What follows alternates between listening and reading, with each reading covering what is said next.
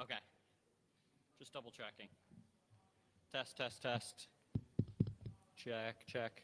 If you are using a handheld, you might want to be on the line, just so you know. For cameras, it's mic. For line, the other handhelds, it's line. Testing, testing. Hopefully no one's live streaming right now already. This. I don't think I want I don't think I want the moment. I just want to make sure the press is taken care of.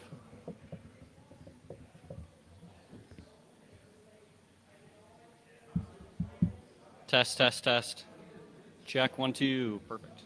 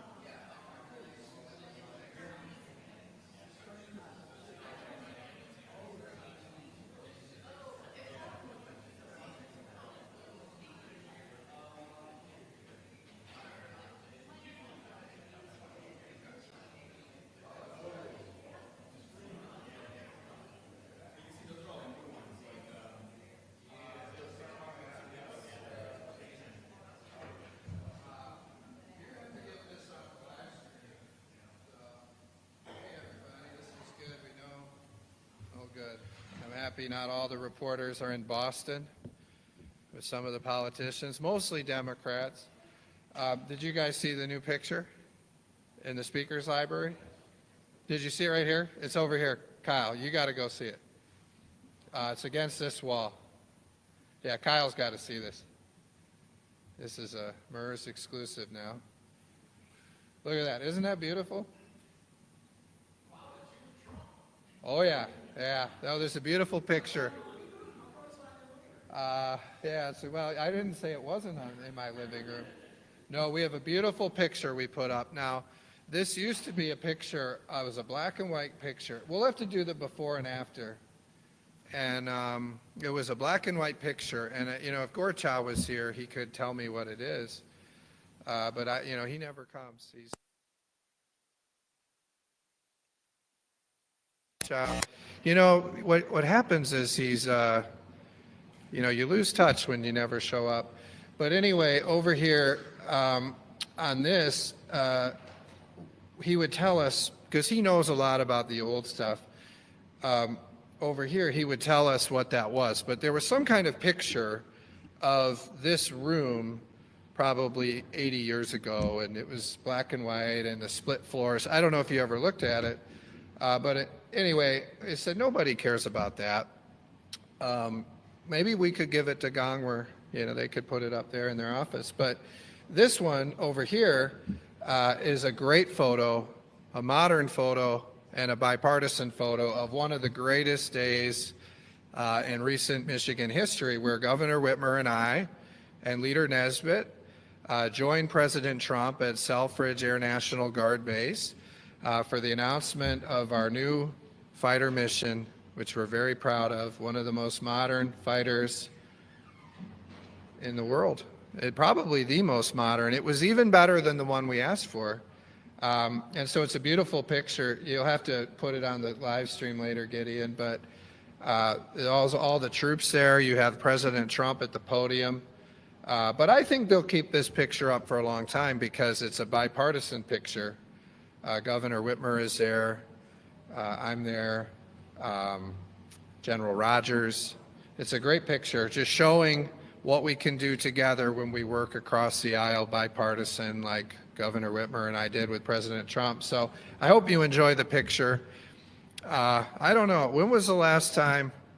I mean, that picture was there a long time. What do you think, Gideon? I mean, you've been here. Has Pluta been here longer than you, or have you been here longer than Pluta?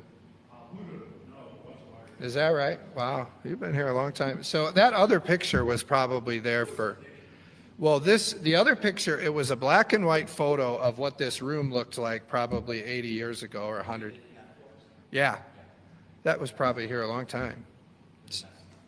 Yeah, so we just figured, I don't know how long that picture was there, but I stare at this picture for 30 minutes and I didn't understand what this picture was because it's so different now. I think this hallway over here, and the people at home don't care about this as much as the Capitol insiders, but this wasn't there, this hallway out here, and this went further. It was, anyway, they can put that in. What? Oh, Zach would take it. Yeah, he likes those things. Yeah. So anyway, people are going to love this photo much more. And we bring in a lot of school groups, and they're complimenting us a lot on the photo up here, because they're always coming in here and they're saying, we don't know who the current speaker is. And we solved that problem for them. Now they come in, they look at the color photo of me, which will be up there for 6 years until I'm no longer the speaker. Something that Howard Nugent is very happy about, because you notice he's leaving. When I leave, he's leaving when the next person goes up. So Howard Nugent's family is very happy. We have 6 years. But the school groups come in and they see the color photo and they love it. And now they'll have this great picture for decades of this historic day. And that is going to keep Selfridge alive for another 40 years. So it's very possible this photo will stay up for those 40 years. And then when there's a new fighter mission, maybe they'll put it up. But we could do a lot more with, promoting bipartisanship here in the Capitol. And hopefully this photo is a reminder of what we can achieve with bipartisanship, something that I have a very good record on. So Anyway, I have a lot of things that I want to talk about, but I'll let you guys ask me some questions, and then if you don't cover them, I'll just start with a very long second monologue. So go ahead, Kyle.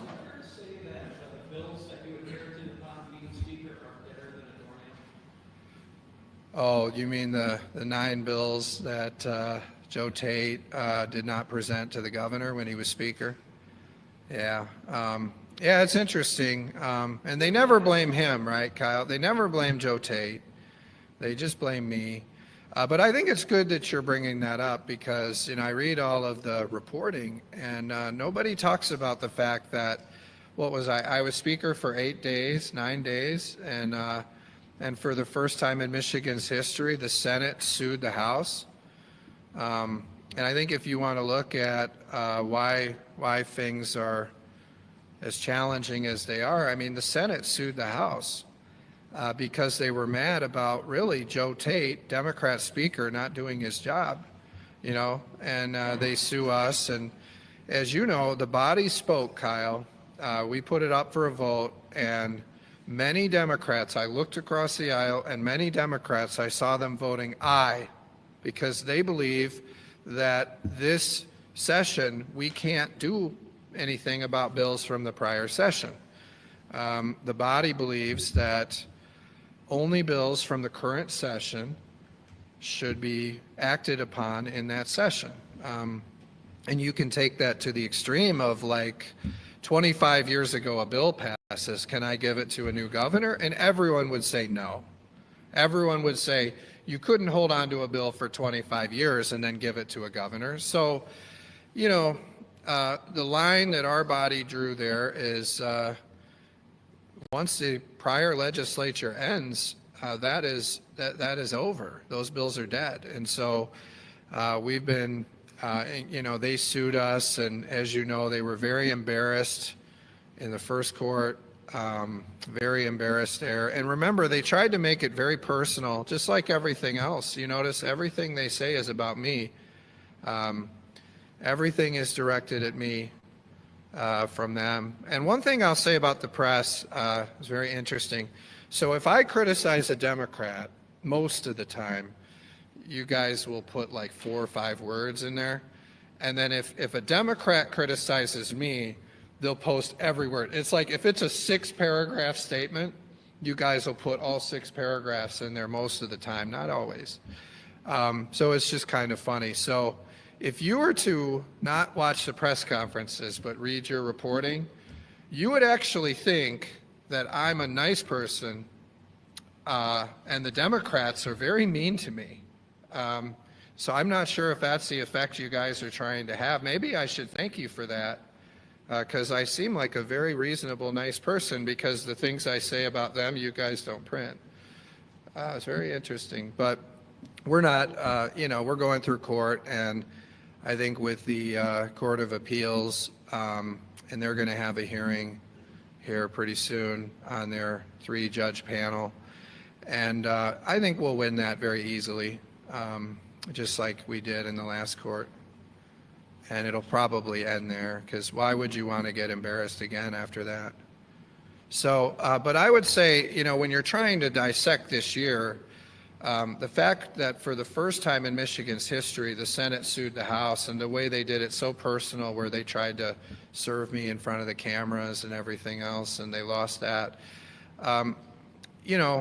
People forget when they're writing their stories that that's one of the main reasons that we are where we are, is they're suing us because they're really mad at their own members for failing to present bills. And I look at this, it's just amazing to see the dysfunction spilling over. I saw Rachel Hood come out and talk about a lot of the failed leadership of Joe Tate and the lack of, it was a very dysfunctional time.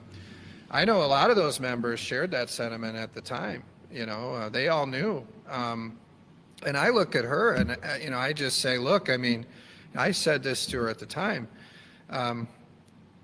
She could have voted no on the energy bill. Do you know what I mean? Like Rachel Hood could have voted no on the energy bill, and she would have eventually got her community solar because they needed her vote. So she really has no one to blame but herself for why her priority failed and why Joe Tate's priority prevailed. But the interesting thing is I think we have a real opportunity moving ahead to rewrite the energy law. I think you guys know that it's just now indisputable. They used to dispute this when I would say that electricity bills are going to go way up. No one disputes that anymore because of this policy, and it's really Rachel Hood's fault because she voted yes, but her and Joe Tate and every one of these Democrats are going to have to own that energy law. And you ask any expert, they're telling us now that your energy bill is going to go way up because of that energy law they passed to ban natural gas and ban fossil fuels by 2040. And so now that is a consensus position, we're really going to have to rewrite the energy law with a new modern energy law that prioritizes affordability and reliability.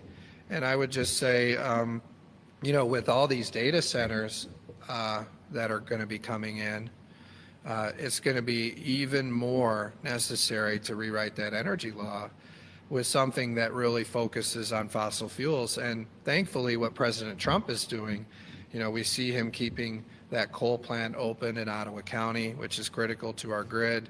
We see him investing in Palisades and moving forward on the regulatory permitting there. We see him moving forward on Line 5 with the permitting there. So he's doing some things that are really critical in order to help us move forward with energy dominance. But we're going to have to do our part. What's that? Well, we'll take a look at that. Brian Begol's been doing a great job. We're very, I think he's been doing really well. You look at his committee, he's somebody who's been leading on so many issues. And what I love to tell people is when it goes to government operations, it's either going to move really quickly, it's not going to move, or it's a legitimate government operation. And I'm the first speaker that actually said, if the committee is called government operations, what if we sent government operations there? That's too simple for the politicians up here. And so I think there's a lot of great work that's going to go on in that committee. We have an energy committee led by Pauline Wenzel. You have natural resources with David Martin. We also have somebody, Dave Preston, who's doing a great job. So I think you'll see parts of these things across multiple committees. I mean, thus far, what we've seen from your caucus is just looking to repeal the Democrats, and you also said these citing portions. Obviously, that was something that moved with party lines and full support from Democrats. Is there any sort of solution where we might be in the middle of that, if you trust that, or is it really just kind of order intent to just get rid of that all as possible? Yeah, well, I appreciate you asking that. And there's some assumptions in there, but that's okay. You're still more fair than a lot of the other press, and that's saying a lot considering who your donors are. But I'll just say for us on the energy issue, and this is a really critical issue right now, and that's one of the reasons why government operations is going to be doing a big part of it. Yes, we should repeal the solar siting. The solar siting is very unpopular. You look at it, and basically they want to shove windmills and solar panels all over Michigan, utilizing this board. We're very excited for Shaquila Myers to be a part of the board, but part of her responsibility is going to be shoving windmills and solar panels all over the place because that's what that board is empowered to do, along with regulating the utilities. And I would just say for us, we all, yes, we want to repeal that law. And now when you look at the One Big Beautiful Bill and the great bill there, and you see some of these tax credits going away for wind and solar, even if Shaquila and others want to shove windmills and solar panels all over the place, it's going to be a little harder to do because of those tax credits going away. So it's going to be more expensive to do wind and solar. But why should the government be subsidizing and forcing wind and solar when natural gas is domestic and it's plentiful and it's readily available? And if we have the right permitting policies and the right energy policies, we can really tap into this clean, efficient, affordable form of energy. Why do we want to be reliant on China for their wind and solar components when we could be reliable here? And it's much more affordable, and it doesn't require billions and billions of dollars to prop it up. Especially when you're seeing the demands from AI and from, if we want to compete in AI, and it's something we're trying to do, and we want to compete on data centers, we got to have natural gas. And so it's been our plan to rewrite a modern energy law. And I think right now it's really coming to a head with what you're seeing from this new consensus that this Democrat energy law that bans fossil fuels by 2040 is going to result in skyrocketing energy prices. There's no one disputing that now. And so we're really going to have to try to do something, if not this year, then next year or the year after, but if Whitmer won't do it. But I think we should try to do something soon. And that's going to be a focus for us as we approach the next year. Yeah, Beth, go ahead.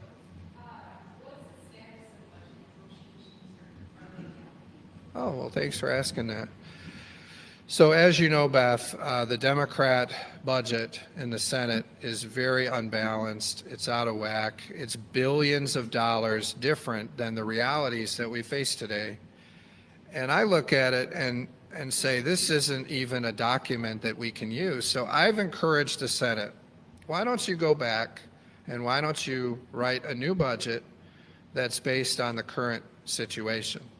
We hear Democrats talking about how the One Big Beautiful Bill affects our current state budget, but yet they don't update their budget to reflect the situation. They are relying on numbers from January. We saw new numbers come out in May that said your January numbers are wrong. And now with the One Big Beautiful Bill, all of you write that there are more implications for the state budget. So, okay, I'll just say this. I mean, what if I could pass a budget that's a $100 billion budget, okay? And I could bring it in and say, let's negotiate. And what would the Democrats say?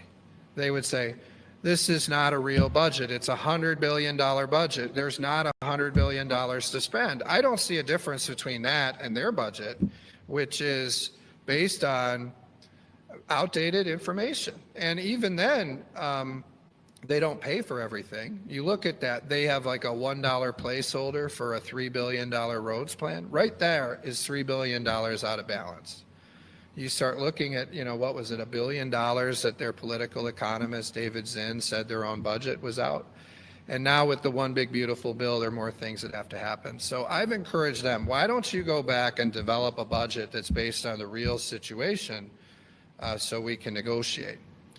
And that's what we're doing in the House. So I've given instructions to all of our leaders, all of our subcommittee chairs, and I've said, hey, go back with the budgets that you guys have been working on, and let's revise them based on the new numbers that we have after looking at the House fiscal analysis of the One Big Beautiful Bill. And we're going and we're doing that, and I'm getting those recommendations from them very shortly. And then you'll see us bring those out and move a budget very quickly. But, for people that are so excited to write stories about how the One Big Beautiful Bill is terrible for the state budget, I don't understand. Why don't you guys buy into the argument that you'd have to adjust your budget based on the One Big Beautiful Bill? It would make sense. It's actually the most sensible position anyone's taken is, let's look at what all the implications are of all these things that are changing, and let's put forward a real budget based on the real numbers that set the priorities, something Democrats haven't done. And we're going to fund the roads, we're going to fund education, and we're going to fund the Public Safety Trust Fund, and we're going to bring the state workers back to work. Yes, Elena? What is your deadline to pass this tax surge? How far in September do you think you will still have time to negotiate with the Senate? Well, if I told you, you wouldn't come to my press conferences anymore. Oh, wow. Would you bring Gorchow with you? Oh. Wouldn't it be fun to see the two of you there together? Imagine if they were playing off each other, how tough those questions would be. Well, I'm not going to tell you that, but I'm just saying we're going to have a budget very soon. Do I have a deadline? But why would I tell the press? You asked me a question. Your question was, what is your deadline for when you have to get a budget through in order to negotiate with the Senate? That was your question. I'm not going to tell you, But I will say our obligation is to get a state budget done by September 30th. And that's what, well, we're doing everything we can to meet that obligation, and that's why we dumped Alabas Farhat. I mean, you look at it, I think Alabas Farhat, who is the Democrat leader on appropriations, didn't have the support of his caucus. And so we're looking at him and saying, your caucus won't support you. We need to find somebody else. And so we went with somebody else. Very soon we're going to, and we're interviewing Democrats. And there's a few of them that are interested, and we're looking at them. And essentially what we want is somebody who's going to partner with us in good faith and honor their commitments. And it's okay if you can't make a deal, then just say you cannot make a deal. Don't say you can make a deal and then say, oh, I'm sorry, I can't. Okay. So we need somebody that's going to work in good faith. But secondly, we need someone who's going to represent the Democrats well, right? Because we want it to be a bipartisan budget. Given that you have to rewrite the budget with the fiscal outlook that we have now, do you believe that what proportion, if any, of the legislative directed spending that we saw in hearings last week are going to be incorporated? That's a good question. Yeah, and I applaud Governor Whitmer, someone that I work very well with, and we are, really the two leaders working on this budget is Governor Whitmer and myself. And if the Democrats were smart, they would empower Governor Whitmer to lead them. She's much more popular than the legislative Democrats are. She knows how to win, and her and I have demonstrated that we know how to work together and make deals. So I think they'd be smart to empower her, and I think we would get a budget done very fast. If they empowered Governor Whitmer, I bet you we would get a deal done in 2 weeks minimum. It'd be very easy. But they're not empowering Governor Whitmer. And I'll say, let me answer your question. What was your question? Yeah. Yeah, so I applaud Governor Whitmer for what she's doing to call for accountability and transparency in the earmark process. That's something that I put forward very early in our HEAT plan, the Hall Ethics Accountability and Transparency Plan. And I think you all know that's the biggest grassroots transparency movement in the history of the Capitol. And what we did in that is the House Republicans, we said we are going to require transparency on these earmarks. You must disclose them in advance in order to be eligible for funding. And we passed a House rule, remember, and the Democrats even voted for that requires that transparency. And so as we approach this budget process, transparency in the earmarks is something that is required according to our House rule. So we will only take up bills that comply with our House rule, which requires that transparency. Now, when you talk to people like Sarah Anthony and the legislative Democrats, their transparency is you disclose after the vote. And I think if you disclose after the vote, then you're going to keep running into these problems where there are projects that are not properly vetted and projects that do not pass the smell test, right? So I appreciate that, there's a movement our way, but these legislative Democrats still pushing for a vote of disclosure after the vote is not good enough. We had hearings, as you know, and Nancy Jenkins Arno did a great job on those hearings, and her committee members, and they spent many hours here. And it's my view is we're not going to put anything in that budget that did not receive a public hearing. So, you know, they had to disclose, and then they had to have a public hearing.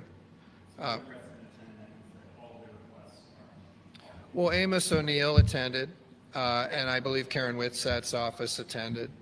And there could be other hearings, but, you know, I've conveyed that to Alabas Farhad at the time and other Democrats.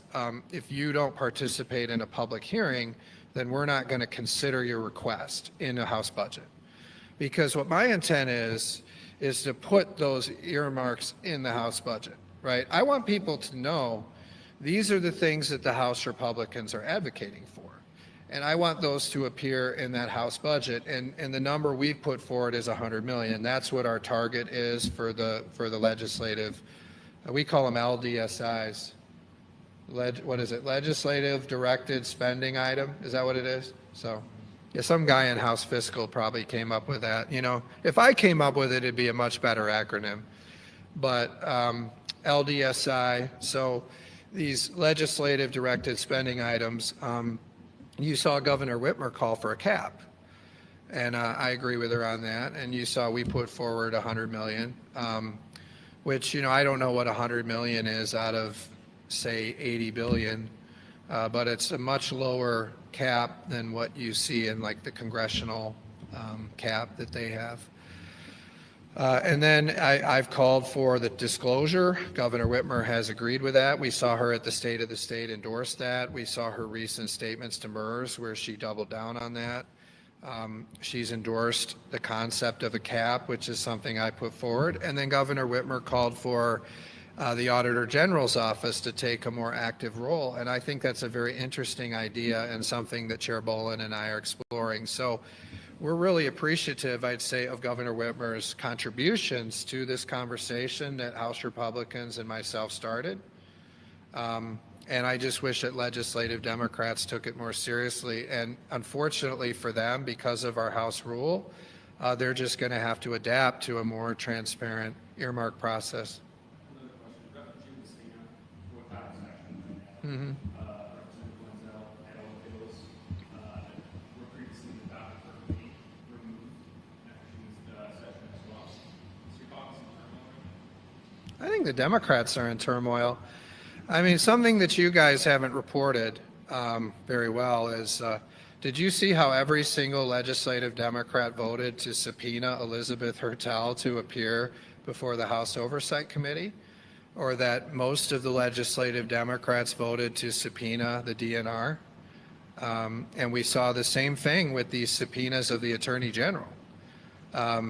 You know, one of the things that I've pushed as the Speaker is bringing back legislative oversight and restoring the balance of power. And these departments of state government have run amok for months and years with nothing, especially the last 2 years under a Democrat trifecta. So I thought it was more interesting than you guys did that what does it mean that every single legislative Democrat and Republican voted to subpoena Elizabeth Hertel to appear because she won't appear before the legislative committees? I think it's interesting. Why are they voting to subpoena the DNR? And they're also voting to subpoena the Attorney General for a lot of things that she's doing where, you know, if you're a Republican organization, they prosecute you. If you're a Democrat organization, they never decide to charge you or not. You know, that sits on the Attorney General's desk for years. No.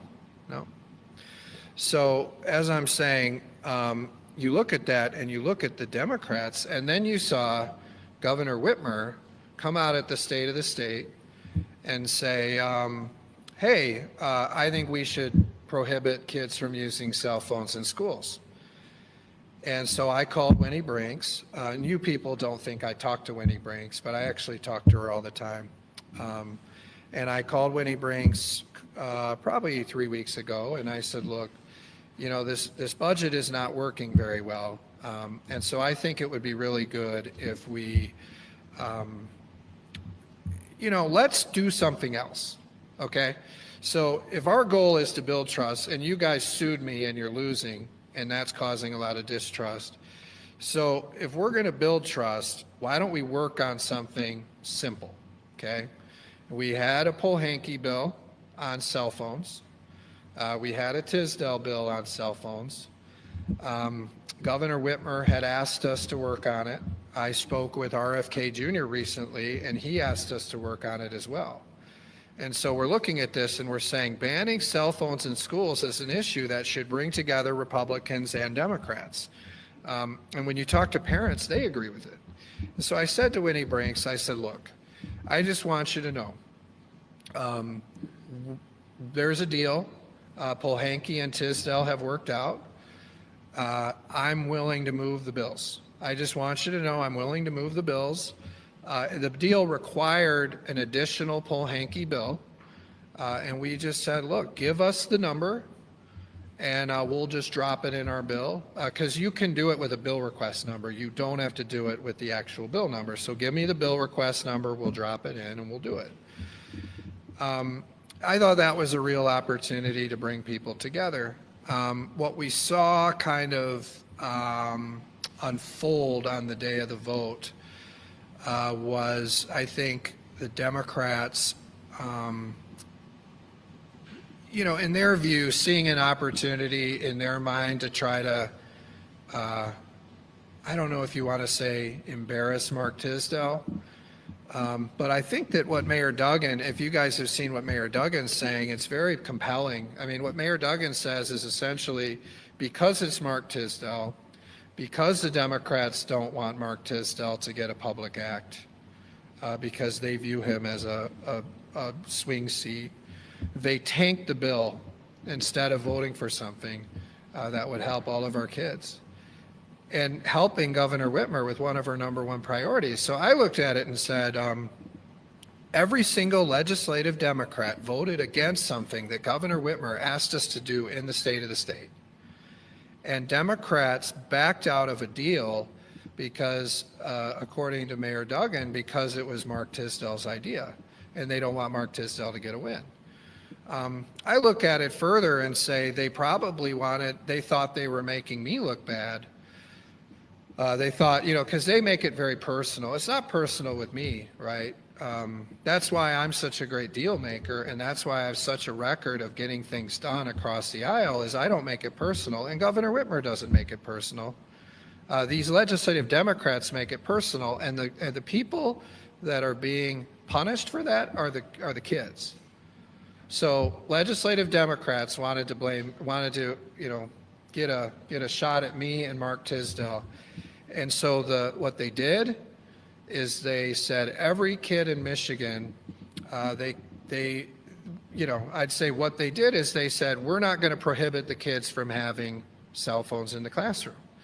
And so, there's some districts taking action, but in every one of those districts, when you walk in and you see the kids on their phones in the classroom, not paying attention, as our reading scores continue to be low and our math scores continue to be low, really what legislative Democrats said is we're going to sacrifice our kids' education in order to score political points against Matt Hall and Mark Tisdale. I never would have done that when I was minority leader.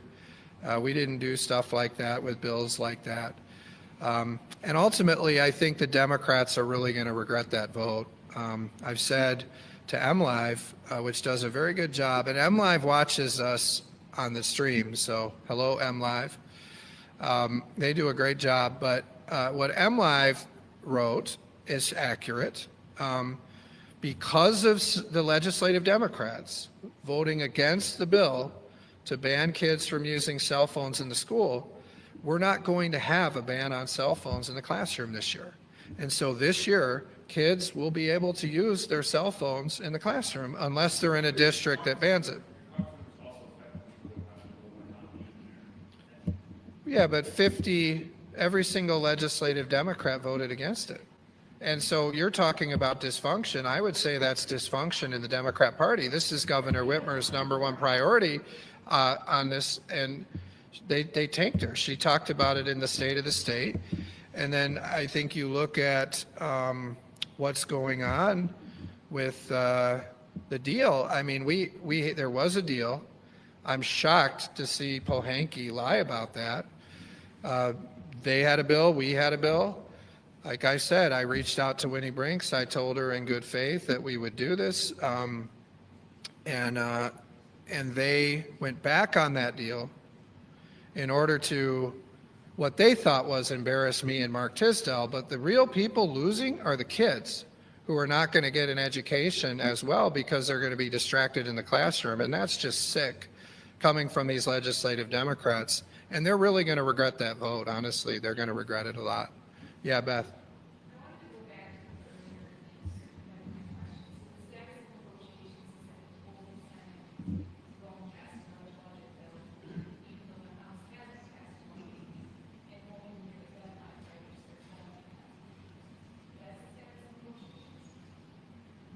Do you think that the one big beautiful bill affected the state budget?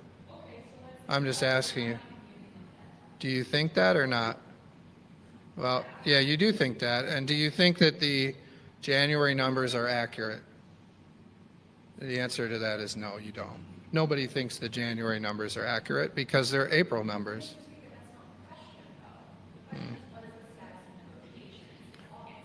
So what I'm saying to you, Beth, is the numbers they're using are out of whack, and their budget is billions of dollars out of whack. And so their budget is not a reliable document to use for negotiations. So what I told them was, look, let's start with the cell phone bill. I think we can work on something that's bipartisan, that's not controversial, and they tanked that. So we needed somebody else other than Al-Abbas Farhat involved, and we're working, like I said, with our subcommittee chairs on new targets that reflect this budget. But what I'll tell you about the budget, we can fund a $3.1 billion roads plan in this budget. We can cut taxes in this budget, and I'm talking specifically about the no tax on tips, no tax on Social Security, no tax on overtime, and really amplifying the effect of the One Big Beautiful Bill and making sure that's in there. I think we can fund the Public Safety Trust Fund to finally put police on the streets in a lot of these local communities with very high violent crime rates, and these are mostly Democrat districts. That's another one where Democrats are tanking it in the Senate, and as a result, they want to make Mayor Duggan look bad, and they again want to make me look bad. So the Democrats in the Senate are preventing this Public Safety Trust Fund from happening because they don't like Mike Duggan's running for governor. And the consequence of that is more violent crime in their own cities. It's amazing if you think about it. So just to finish, so on this state budget, we can do all these things. We can fund education at record levels, which we showed you in our school aid budget, record levels, the most they've ever had. We can fund it, we can fund public safety, we can fund roads. We can do all of that in the budget, and we can absorb all of these things in the One Big Beautiful Bill if we set priorities, which is what we're doing. You're going to see those budgets very soon, and we're actually going to be in the strongest position to negotiate because we actually have a public plan that's up to date. And you guys will love that the earmarks are in there too. Yeah, go ahead, Rick. Should there be a new revenue estimating conference so that you got numbers that solid to make the new budget? Your whole point here is that you don't really know. And then you're saying about all these things that, well, we can do with the budget, but even you're saying you don't really know. Should there be a new revenue estimate? Well, I think what we're doing is we're basing our budget on the most up-to-date numbers, right? Which if you... Most up-to-date numbers aren't up-to-date. Well, that's an interesting thing to say because in May when we had the most accurate numbers, then you guys thought it was okay for the Senate to use a January estimate. Do you know what I mean? So I'm just saying for us, we're using what we have, which is the House fiscal report on the One Big Beautiful Bill. And we're using the May numbers, which are the newest numbers. And if new numbers came, then we would base our budget based on that too. I would just say we can't even get these people to agree to pass a bill to ban cell phones in schools. So I'm not sure we'd be able to get them to agree to a new revenue estimating conference, They but don't have to agree, one person can call. I see. Well, thanks for sharing that. Mr. Speaker, if we forget Democrats for a minute, multiple members of your caucus have told me that they believe that we're not going to see a budget passed on this legislation after the governor passes right up until Yeah. right until September 30th. And that's a different question than what was asked earlier, right? The first question was about the House. Now, what you're talking about is the entire body, the House, the Senate, the governor, right? That's what you're, yeah, exactly, which is different than what we were talking about earlier. So, and our goal is to get that done by September 30th, right? That's the deadline. And that's why we had to dump Alabas Farhat, because we weren't getting anywhere with him, because number one, I don't think we could count on him to follow through on a deal. And secondly, his caucus wouldn't follow him. So we need somebody that's going to work with Governor Whitmer and I to get a deal done by September 30th that also can deliver some votes. And that was not Alabas Farhat. So to kind of clarify here, House Republicans cannot pass a budget because House Democrats and Senate Democrats are not working with you guys? No, I told you that we're working on the new targets. I gave every subcommittee in the House new targets and said, we're going to have to do this based on the new estimates. We're working through those estimates, and that's how it should work. Senate Democrats are working off of numbers from January. So when we come into the negotiations, they're going to be way out of whack. They already are. They're $3 billion out of whack.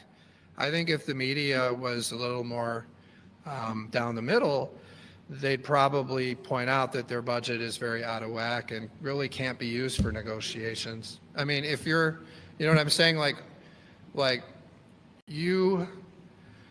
We can negotiate, but if we negotiate, they're not using their budget for the basis of the negotiations. Well, we have nothing to negotiate off of out of them. I want to be clear. I have nothing that I can use to negotiate from the Democrats, because their budget is $3 billion out of balance. So if we looked at their budget, we wouldn't be able to use that for negotiations because their budget is way out of whack. They don't fund roads. They don't account for the most up-to-date revenue estimates, which are much different, and they don't account for the one big beautiful bill. So I can't use their document either. The benefit is when we put our document out, it's based on the most up-to-date numbers, and it's going to be balanced, and it's something that we could actually use. Just to clarify, to make sure that I have it. Yeah. Does this mean that you are unwilling to actively negotiate with the Senate until they pass the revised budget? I've encouraged them to, number one, empower their leader, Governor Whitmer. I think that if they empowered Governor Whitmer, we'd have a deal done very quickly. Like I said, probably in 2 weeks.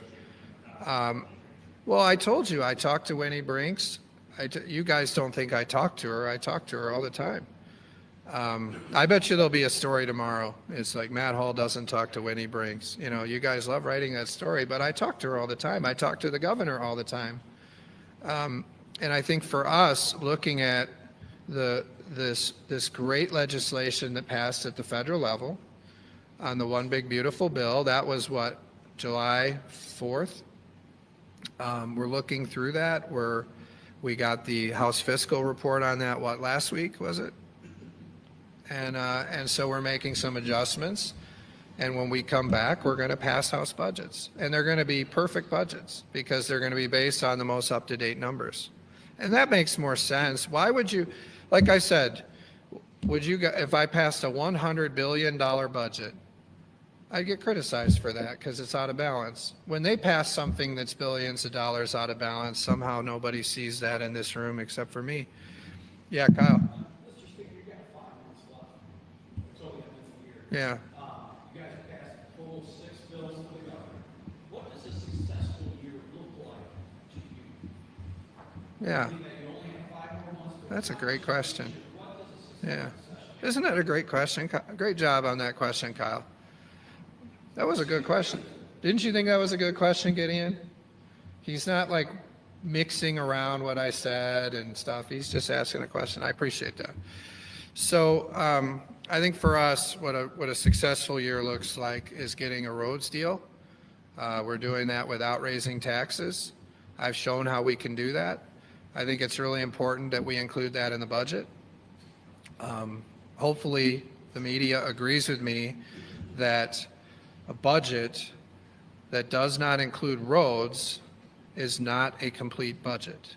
Because if we're intending to inject $3 billion in roads, then our budget should show that. But the reason they don't do that is because they want to blame other people for tough decisions. And that's a media narrative that you guys are falling into. They aren't going to cut the $3 billion out of their budget. They're going to let me do it, and then they're going to blame me, okay?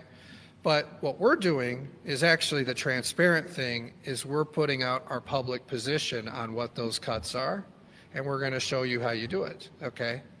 So when you see it, hopefully you guys all praise me and say, oh my gosh, because what the Senate wants to do is they want to have that conversation in private, and then they want to share in the blame. And if it's not going to happen, then they don't want you to know what their position is. We're showing you on every one of these issues what our position is. And so you're going to see it in the budget, and you guys will have a lot of fun with it when you see it probably. And so for us, though, we're going to fix the roads without raising taxes. We're going to ensure that we fund or that we get the no tax on tips, no tax on Social Security, no tax on overtime. I think ensuring that our working families have that relief and we amplify the Trump tax cuts, it'll really magnify the impact on our workers. I look at it and I want to see the Public Safety Trust Fund done. I think we need to make those investments in our local districts now. Our local, when I say local districts, our police departments, our local police departments, I want to see those investments made now. I've been there in these Democrat counties and Democrat cities, and I've talked to their police chiefs and their mayors and their sheriffs, and they've told me, we will use the funding now. We will hire police, we will get them the equipment we need, and we will start fighting violent crime in our communities. And Democrats in the Senate are preventing that from happening. So I think funding the Public Safety Trust Fund, funding the roads, getting a budget done on time, bipartisan. I'm looking forward to that bill signing with Governor Whitmer and I to deliver that bipartisan budget on time and doing it in a way that funds our roads and is a smaller budget than it was last year. To me, that's really a successful year. And then, I'd like to see the Senate take action on some of our education ideas. You look at what we're doing on making real life skills in education, allowing dual enrollment for skilled trade programs, making phonics the official standard of Michigan, bringing more flexibility to the Michigan merit curriculum, having a better process for testing where we can actually use the tests, putting more accountability into the classrooms through measuring in an easy-to-use way on the website, the performance of schools. We passed all of these bills through the House months ago with 90 votes, 100 votes. I'd like to see some of that move. So I think for me, that's a successful year. But really what I'm looking at is, the earned sick leave, the paid sick leave, and the tip credit. I negotiated that deal with the Democrats. I received all kinds of awards for that deal. From almost every group in Lansing, they gave me an award for that and said, this is the most significant legislation that has been passed for business in this body in many years. And we want to thank you, Matt Hall, for leading this. SBAM had a recent meeting. Their membership gave me a 100% approval rating. That's even higher than my approval rating in the MERS survey. That was a high one. I think it was one of the highest you guys had ever seen. So as we're going through it and we're looking, I've negotiated some very significant bipartisan legislation. We got that done. And it saved a lot of people's jobs, and it ensured that workers have the paid sick leave they need, but also a job, and it ensured that the restaurants stay open. And so we can do that again. And I want to do that on significant legislation. I'd say if you get a roads deal done, if you address public safety, if you make some real good changes to education, and you set better priorities in this budget, you eliminate the waste, fraud, and abuse in our welfare system, and you actually deliver a budget smaller than last year, I think even MERS would say some positive things. Even if that goes home, let's say 25 or 30 bills for the entire year. Exactly, yeah. And that's okay. I mean, I think if we accomplish those things and it was that small of a number of bills, I don't know if Rurink would say good things, but I think some of you would say good things, you know? Maybe not Rurink. Rurink is tough on me. He's a great guy, but he's very tough on me.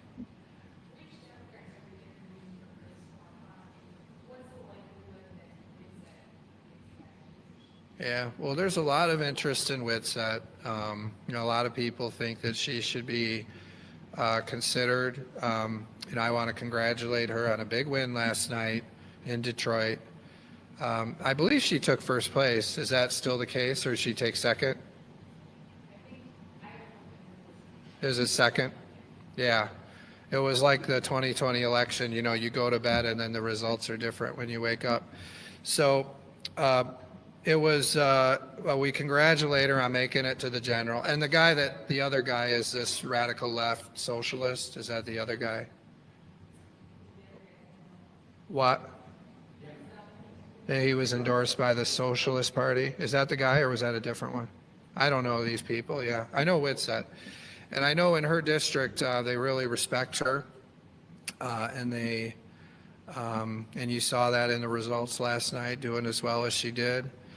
And I don't know, you know, a lot of us I go back and forth with Gideon. I say, Gideon, do we want her to win or not? I mean, you want people to achieve their goals, right? And we want that for all of our members. And so, it was, you know, we were very sad to see Helena Scott lose, right? That was too bad. But you know, Karen Witsett has worked really hard in her district and is highly respected in Detroit, and she personally knows all of these people. She's done so much for them in their lives. And so she's really a strong candidate. But there are other Democrats too that are interested and are interviewing, you know, and well, I don't, you know, you'll tell Puri. I don't know if I want Puri to know yet. So, you know, he's probably in Boston with all the other politicians. You know, do you see this? They're all in Boston. Is he, you don't think he watches? I don't, yeah. Well, he probably wouldn't know how to find it. Did you guys see, by the way, that Puri, you know, he has somebody now who comes in and turns on the lights every morning? I don't know if you noticed that, because he's not there. And one thing I would just say about Puri, and when he says things about me, you guys print it. 8 paragraphs, you print it. 20 paragraphs, you print it. And then if I say something, it's 4 or 5 words. And whatever the worst 4 or 5 words I say are, you guys, and so that people say, I think he's complimenting Puri. You know, I've gotten that before. So what I'd say about Puri, I just say, you know, you look at this guy, and I think for him to really misrepresent to his caucus about what we were trying to do on the school budget, you know, we tried by July 1 to get a real bipartisan school budget done. I was trying to tie that to roads to bring the Senate back to get the budget done by July 1. And I think when you look at some of these letters that are going out from schools, you start to say, you know, there are consequences of the fact that Senate Democrats walked away from the budget negotiations on schools on July 1, right? And now there's confusion in some of these districts on, are they getting the free lunch? Are they not? Now, remember, our plan gives the districts so much money that every single one of them that wants to provide the free lunches will be able to do it. But we had something very generous on the table. And I read the comments from Democrats, and Farhat and Puri are both lying about it. This was a very generous plan that met the Democrats very far on their priorities, and they tanked it because, again, they want to blame me. They want to make me, they think they're accomplishing something by blaming me. There are consequences for that. And then when we put on the table this deal that was in place with the Senate and on the phones, they tanked that too. And they asked the Senate to back them up on it because they think it helps them politically. And so everyone's lying over there now about what happened. And the kids are suffering because of it, because they're going to have phones in the classroom. I look at, there was a specific Denise Spencer bill on fireworks that we offered them. There was an Angela Whitwer bill that we offered them. Now, when I was minority leader, they never would have given us anything like that on a trade. I said, look, if these are two important bills to your caucus, we'll run them today. We want you to do the cell phone bill. There's an agreement on that. And Puri, from what I understand, went into his caucus and told them a completely different story. And now that a lot of these House Democrats are getting the facts, they're actually questioning him even more. And we're starting to hear those calls again from them that, you know what, we were better off with Tate. So it's amazing to see. Anything else?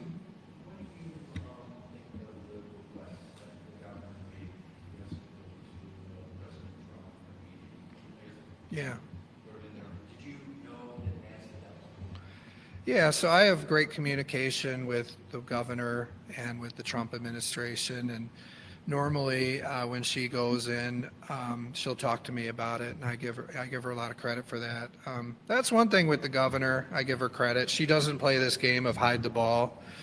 I think that's why we get along so well. Is I'm straight with her and she's straight with me. And I think if other Democrat leaders learned from her, they would do a lot better in elections. And so I give her credit for that. And then also, President Trump, his administration talked to me about it before it happened. So, the governor's the governor, right? And so, she's going to have some meetings that I'm not part of. I get that, right? Every one of these governors talks to President Trump. They don't admit it. And then there are times where I'm involved too. And I'm grateful that President Trump and her have brought me into some of those. And then I go and meet with people over there too, and I don't include her, so it's fine that she's the governor. I think we have some, I'll just say this, you look at this, what was this analysis, the CRC analysis, that one was, I asked the question, who paid for it? Did they disclose that or not? Who pays for the CRC analysis? Do they get paid to do it? I don't know. Do they accept money from people to? Okay. I see. So other nonprofits that politicians are part of accept money, and you guys believe like when Joe Tate's C4 accepts money, that also isn't influenced? Do you guys believe that? Because a lot of your reporting suggests that you think there's a tie between the money that's written and the action. So a lot of people think that about CRC, but I don't know. That's why I'm asking you guys. Is somebody, depending on who their donors are, they write this report, and you may want to be equally suspect. If you're suspect of the politicians, you could be suspect of CRC too. So I'm a little suspicious of this report. But what I'll say about it is, the Trump tax cuts are going to spur research and development and manufacturing in Michigan and across the country. And I think they're going to have especially a positive impact on Michigan. You guys know we're a very heavy research and development state. We're the world leader in automotive engineering and R&D, and we want to stay there, and this is going to help us. I can't help but say, like when we helped a bipartisan deal with Governor Whitmer, another one I negotiated to do the research and development tax credit, nobody said, this is $100 million cut to Michigan's budget. Nobody said that. But when the one big beautiful bill does it, then they say that. So we're going to see research and development, we're going to see manufacturing, and we're going to see them booming because of that. Now, the only thing you see in these reports is the the tax cut portion of that, but you don't see the economic growth part. And then in terms of the Medicaid situation, when I look at the proposal, what actually happened, it's actually a very measured approach over time to kind of wean the states off of some of these scams that they've been using to game the system to get additional tax dollars that were never intended to pad the bottom lines of hospitals. Then secondly, I will just say it's very appropriate to require people to work, seek education, or volunteer their time in order to get the benefit. Most people don't like that there's 40-year-old able-bodied men living in their parents' basements collecting all these welfare programs. I'd also point out that if we accurately pay out our food stamp benefits, then we won't get penalized. So that's one of the reasons we want to bring Elizabeth Hertel into the House Oversight Committee, and it's probably one of the reasons all the Democrats voted to force her to come in, is stop paying out fraud, stop paying out to illegal aliens, figure how can we legislatively do more to get you to pay out the food stamps to the people that are eligible so we don't get fined. And I'd say where Whitmer and I would differ is I think it's completely appropriate that if they're misusing the tax dollars, right? The federal government gives us this money to give out food stamps, and if the state is not following the law and they're paying out to people that are not eligible, then the federal government should penalize us, because we need an incentive to actually spend the dollars appropriately, to eliminate the waste, fraud, and abuse. And then on Medicaid, work requirements are completely appropriate. And you know, I would agree with them that we'd have more money to spend if we're given the 3-year waiver by RFK Jr. And Dr. Oz on the Medicaid, on the you know, this hospital tax scam. So if we were given a 3-year waiver on that, we would have more revenue. And that's helpful to see, are we getting it or not when we're doing the budget? That's helpful. Now the you know, this what is it, CRC report is, yeah. Agree with the waiver request? Would you like to see the administration break that? Well, the CRC report assumes that we don't get it. And that's why it's 1.1 billion. So in their report, they assume, like, you lay out, I think they say 400 million for that. And so that's why their number is different than House Fiscal. I would just say, you know, I understand why Governor Whitmer asked for it. I agree with her that we would have more revenue to spend if we had the waiver. But I'm comfortable with the way things are now without the waiver. So if we don't get the waiver, we can do all of our priorities in the budget. There's so much waste, fraud, and abuse in this state budget, something that Matt Maddock has been really spearheading for us, identifying, and he's doing a great job. I mean, the government has grown 43% under Governor Whitmer. So under Governor Whitmer, spending has increased 43%. Our people tell me that in many cases, some of these people that are getting the Healthy Michigan are getting better services than people that have jobs and are making above the income threshold. So I just say we can look at what are the benefits that we're offering, and are those benefits in line with what other people get in their health insurance. You can look at those things, and then, you know, the hospitals will come up with another way to make money, especially since this thing just ramps down by 0.5% a year. They have plenty of time before this tax is going away, whether it's with or without the waiver, that they'll be able to come up with another way to make very high profits. Yeah. Well, it is a scam, because what they do is the Medicaid was never intended to be done this way, where you create a fake tax on the hospitals in order to make it look like there's more more money in this to pull in more money from the federal government, so to pad the hospital's bottom line. It's a gimmick in order to get more money from the federal government. And because that was not the intent of the law, was to create a fake tax to draw down more revenue well, let me say that differently.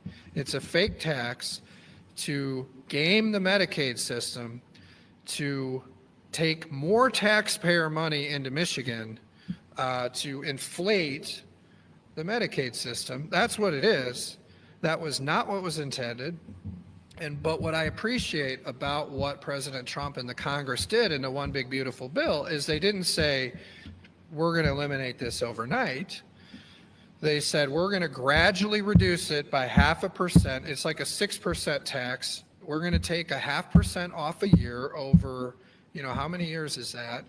And that's going to give the hospitals time to adjust. And they can adjust and they can come up with a different way to make profits. And so that to me is a sensible way to do it. And so at some point, Michigan is going to have to adjust our Medicaid system to reflect the fact that, we're either going to, we're just going to have to adjust it to reflect this new reality. And that's okay. We can look at what other state or what other insurance plans provide. I mean, remember, this is free, in many cases, health care or very low-cost health care for people that some of them become dependent on, okay? And we can say, like, if we're going to be generous to you and we're going to give you free health care or very low-cost health care, then these benefits are going to be in alignment with the commercial standards. And in some cases, our people are telling us they're actually better. And so you can look at that and say, look, if Michigan has to pay more of this in the future, then what does it look like? And that's what every employer is doing, is their health costs go up. You don't see them, when their costs go up, because every employer is dealing with the same thing, and they adjust their benefits and they adjust their copays and they do this stuff. They look at generic drugs, they do all these things.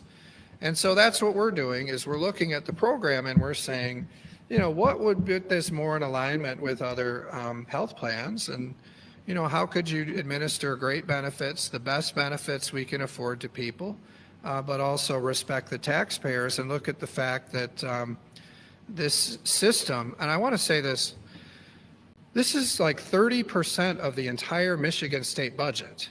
And this would be an interesting thing for MERS or Gongwer or somebody to research is, what percentage of the Michigan state budget was Medicaid every year?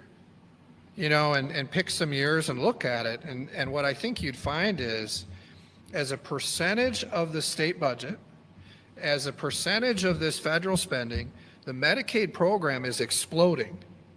Okay, the Medicaid program is growing exponentially. I mean, like I said, it's $25 billion, which equates to about 30% of our state budget.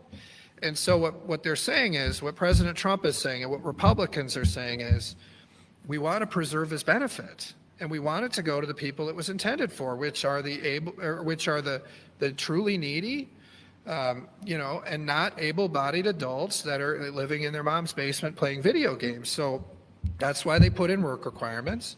That's why they ban illegal aliens. And that's why they're getting rid of some of these scams that are padding the profits of a lot of these hospitals, because they want to preserve this for the people it was intended for. And we still have a lot of obligation to pay for a lot of other things like roads and education and public safety. So that's what we're trying to do here. And so if they're getting out of whack benefits, we should look at adjusting some of those. Yeah, Simon. On that topic, Mr. Speaker, it's not just the Research Council that says this. Yeah. We'll look at it, but And you should find out who's paying them, because, you do a good job of looking into that. it's Kaiser Family Foundation, other organizations Uh-huh. as well, are also saying that Michigan why. Uh-huh. Now, Michigan doesn't make up $450 million that generates.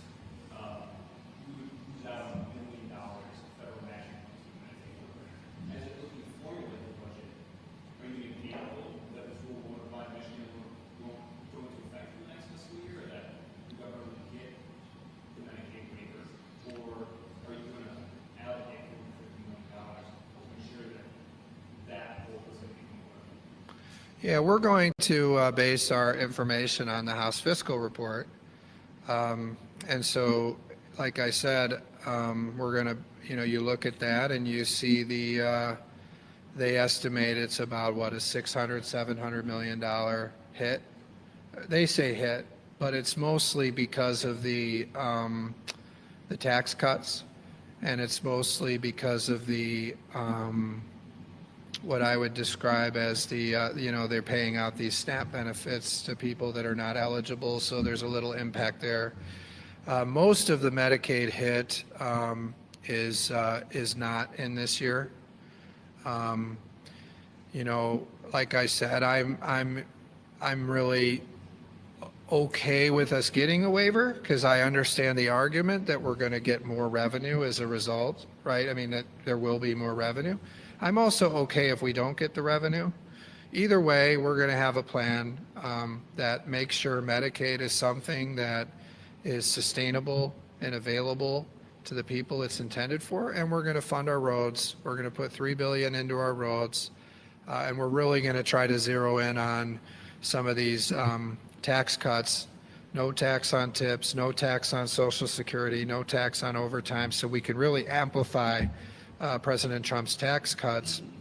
We're going to ensure that schools get record funding, and they're going to have, unfortunately, they're not, the kids are going to be able to use cell phones in many places because of Senate Democrats and House Democrats. Yeah. Sure. This isn't like Benson where somebody's feeding you those questions, is it? Okay. All right.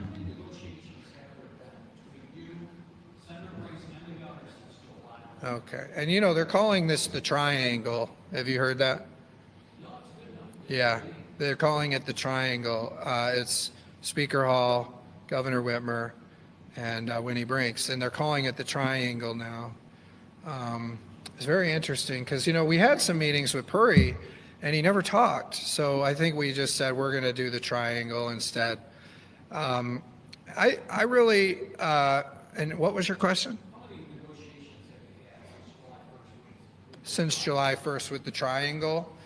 I would say that there's a lot of unilateral talks going on.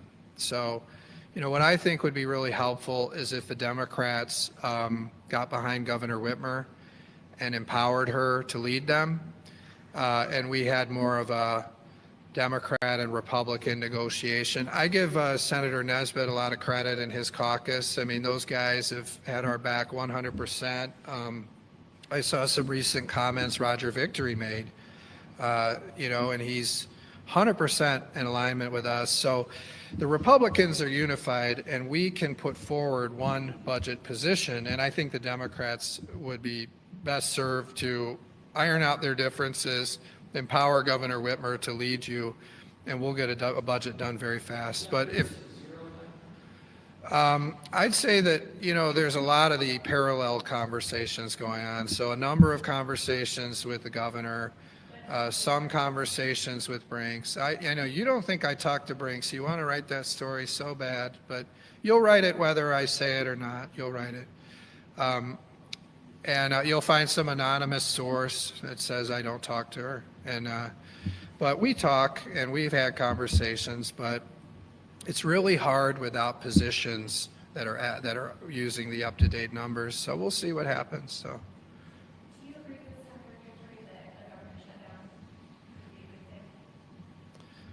I think we're going to get a bipartisan budget done, and I'm really looking forward to standing there next to Governor Whitmer with a bipartisan budget by the deadline that funds roads without raising taxes, funds education, funds the public safety trust fund, brings the state workers back to work, solves this situation with Medicaid where we're giving good benefits to people, but we're understanding the cost too, and is a smaller budget than last year. That's really what that's what I think is a good thing.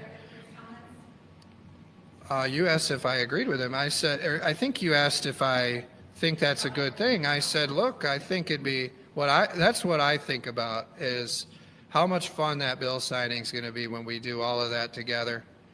And And then it'll be like when we pass the sick leave and the tip credit, I'll go on off the record the next day and they'll talk about it for 2 minutes and then they'll say, what have you done for me lately? You know, that'll be fun. I look forward, and you'll probably be on that panel, Elena. It'll be fun. Anything else? All right, well, hey, we're going to have fun, and I'm doing off the record Fridays, so we're going to have a great time. No one knows where Brinks is, probably only me because I talked to her, but you know, a lot of these guys are in Boston, you know, NCSL, but not us. We're working, so thank you, media. Hopefully we gave you something to write about. And great to have you here, Kyle. We love when the principals come. So cool. Okay.